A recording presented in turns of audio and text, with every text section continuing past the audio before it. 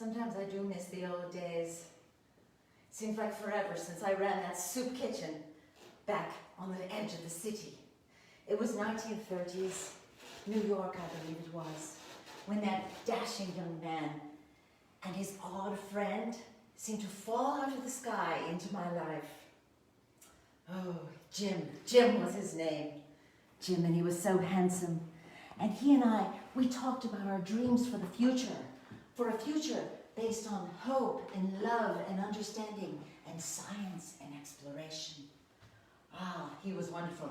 Meanwhile, his odd friend, who I believe was from China, was back at the flop house trying to construct a mnemonic memory device of some sort out of stone knives and bear skins, he said. Very, very odd fellow. But then there was an accident, the screech of tires, and then I don't remember anything after that. It all became so hazy. But no matter, that doesn't matter, because now I'm rich. I'm rich, and Carrington Manor is all mine. And you know what? I have the papers. I have the papers to prove it. Shall I show you around? I will take off my hat, though, because Alexis Carrington can carry it, but not me so much. So, come. And welcome. Welcome to Living Figuratively. This is the show that asks the question, why not fill your home with the fascinating faces and figures of people that you don't even know? Why not fill your home with figurative art?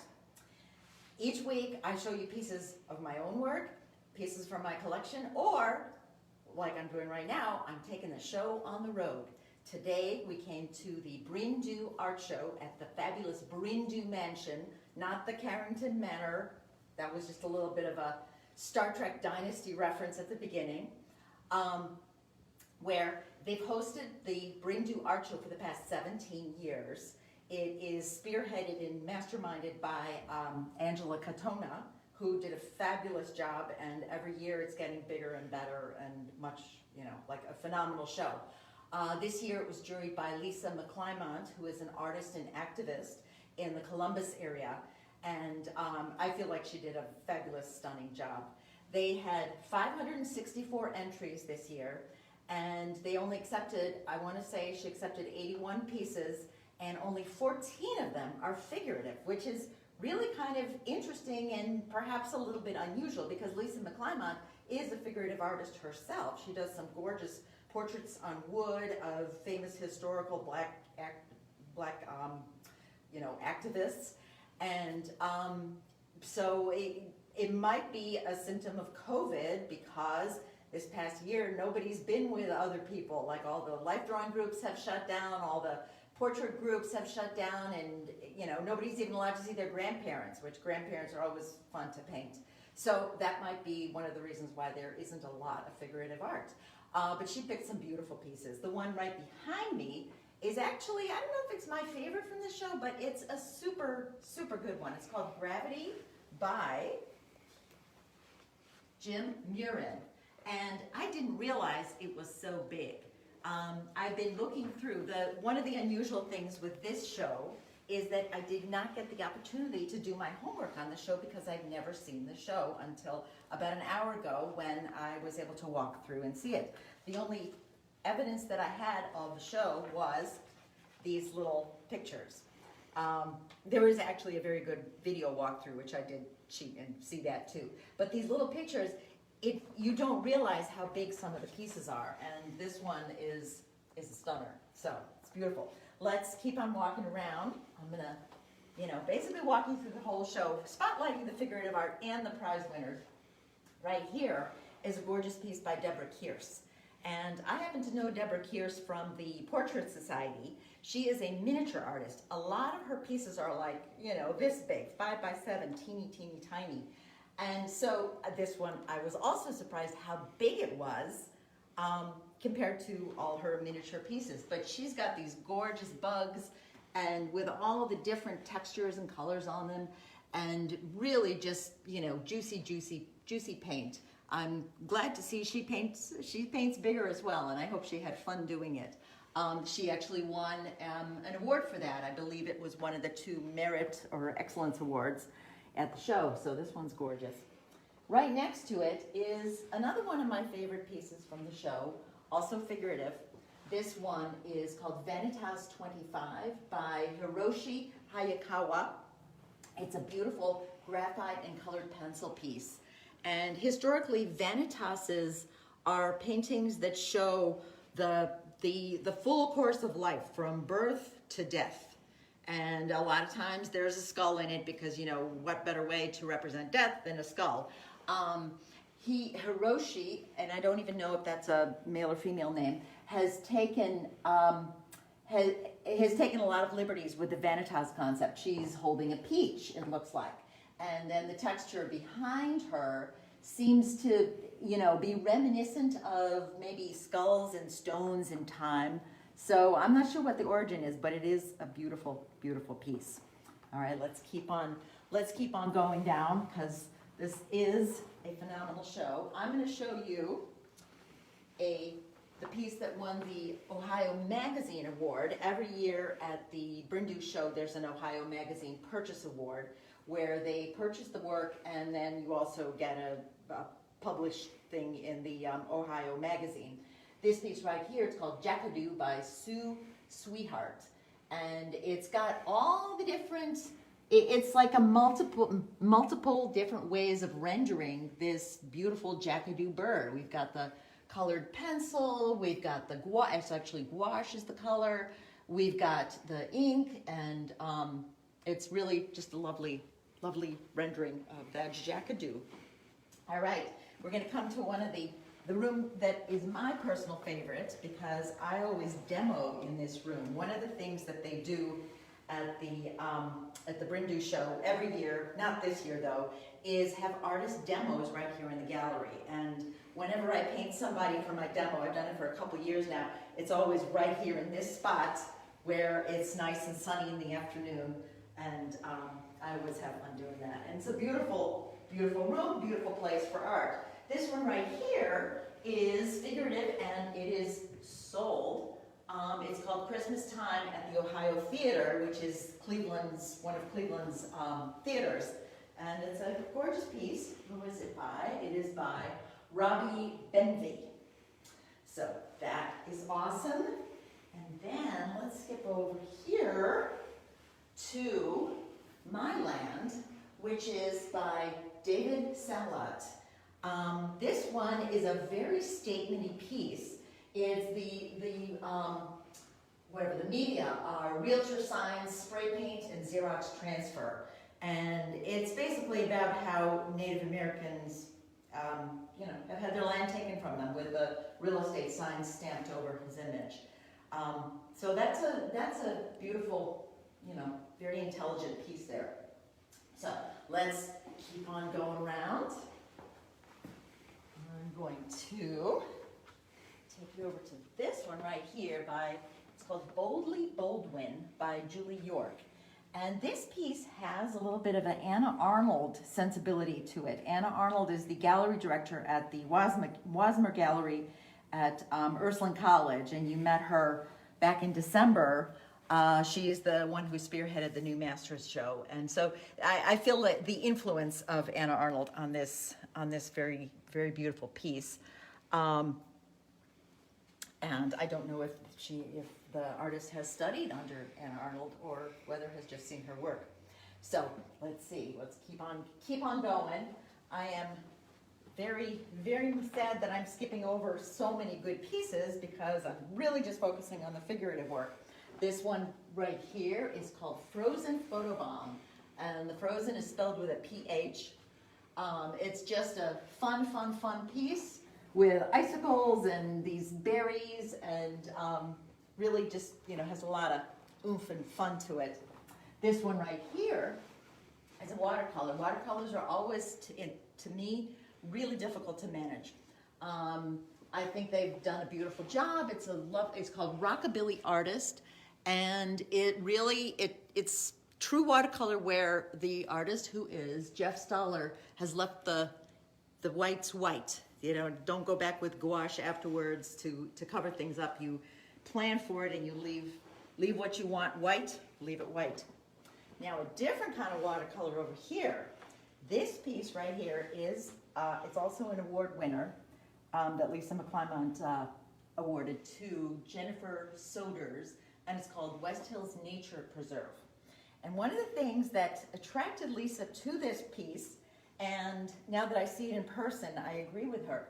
It's on a substance called UPO, which is, it's basically plasticky, waterproof paper that is used by printers and printing presses. They print on the paper so that it's for signs that are designed to go outside, like all those political signs that you see that will never come down and nobody ever takes down. Many of them are on UPO so that, you know, they can withstand all kinds of weather and the ink won't run. Painting watercolor on that, I would think, would be the scariest thing in the world because it's so forever changeable. My guess is that if you took this out of the glass and you sprayed water on it, this whole thing would wash away because the paper is waterproof. There's no absorbency to it. I might be wrong because I've never painted on UPO, but I'm scared to. But it's a beautiful, beautiful piece. And Lisa really liked the whole dappled sunlight, the hike where you're going off into this sort of glowing sunny day emerging from the woods. So that's a beautiful piece. All right, let's keep on going here. I feel like a tour guide with a flag walking backwards and talking the whole time. This little room right here, it seems to be an all figurative room, which is very, very cool. So one of the pieces, I'm going to just skim through all this. This one is called the Unstrung Ukulele of Dr. Caligari. And this is just crazy fun. You know, the eyeballs, I can tell that these are, and because I painted these kind of eyeballs myself as part of my Chicks with Balls thing, these are those plastic eyeballs with like a liquid eye inside them that wheel around, and he must have put together a very cool necklace with that. And this is just a fascinating character, somebody that would be really interesting to meet, and maybe even more interesting just to have on your wall as a conversation piece. You know, talk about fascinating people that you don't even know. This one right here has a folk art feel to it. It looks like an Amish community auction where they're auctioning off a sled, and it's a crowd scene, and it's unusual because people very rarely paint people from the Amish community.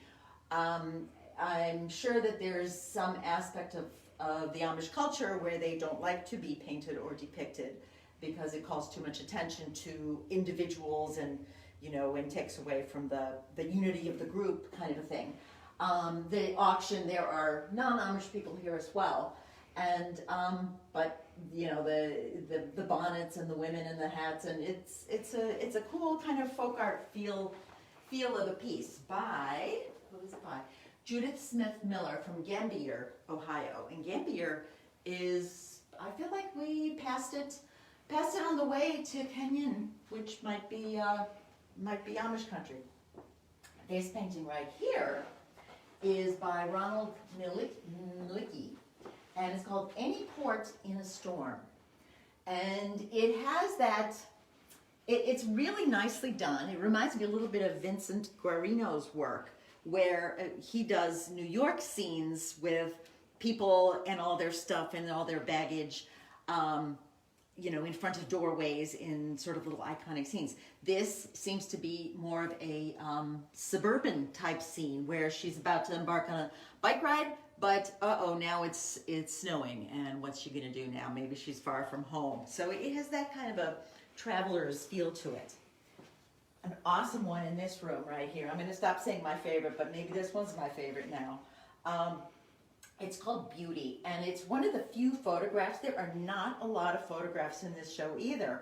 That may also be a symptom of COVID because nobody went anywhere to take pictures. You know, people feel like, you know, you have to like go to an exotic place and take an exotic picture, and you know, and maybe this past year nobody took those pictures. But this one is gorgeous, and I don't know where it was taken. Milwaukee, Wisconsin is where the artist is from, and it's Michael Nowotny, but it is just a stunning, stunning, stunning photograph, and beautifully reasonably priced. In fact, I'm going to use this one as an example of how to buy one of these pieces. If you're physically walking through the show, if the piece is not sold, there's a little tag like this on the bottom. It's like sort of a smaller tag. And you take it, you pull it off the wall and you take it to the front desk, and I'll show you how to do that. And that's how you buy a piece. Or online, you can contact the gallery, and all the information is on their website. There's a lot of pieces that are selling in this show. So I don't know if it's because people are looking at their bare walls at home and they, feel like, hey, I want to dress it up a little bit. But there are a lot of pieces that are sold. This one is not for sale, unfortunately, but this one did win the Best in Show. This piece right here is called the Colonel or the Colonel. It's a little bit confusing, and I think we're all a little bit confused, but I'm not confused by how gorgeous of a painting this is. This really spoke to Lisa. One of her criteria for judging a piece in the show was that it brings out some emotion in her. She gets an emotional connection. She also said that she loved the splashy brush strokes and the expressive brush strokes. And this piece is really just painted with joy, joy, joy. And I love the way he did the white hair, and then the yellow kind of glow around the edge, and just the little, sort of chiselly, tessellated, chippy choppy way of painting that comes together into this beautiful, very realistic face. But it's got the quality that I love, which is where it's paint, but it's life.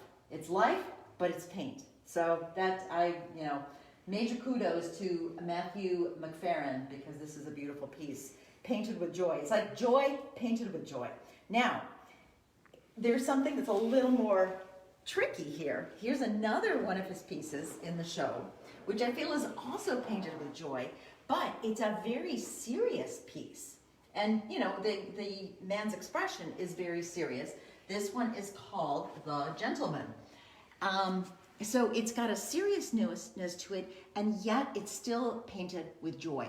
Like the way that he's modulated the forms on the face with, the purples and the blues and the greens and it's really just beautiful, beautiful paint. So let's keep on coming around. Oh, we've got Ruth Bader Ginsburg right here. This, I am sure, was painted in the aftermath of Ruth Bader Ginsburg passing away in October 2020, which that was a major, very, very sad, very sad event. And the artist right here, Michelle Ward Ciancio, I guess, she's done.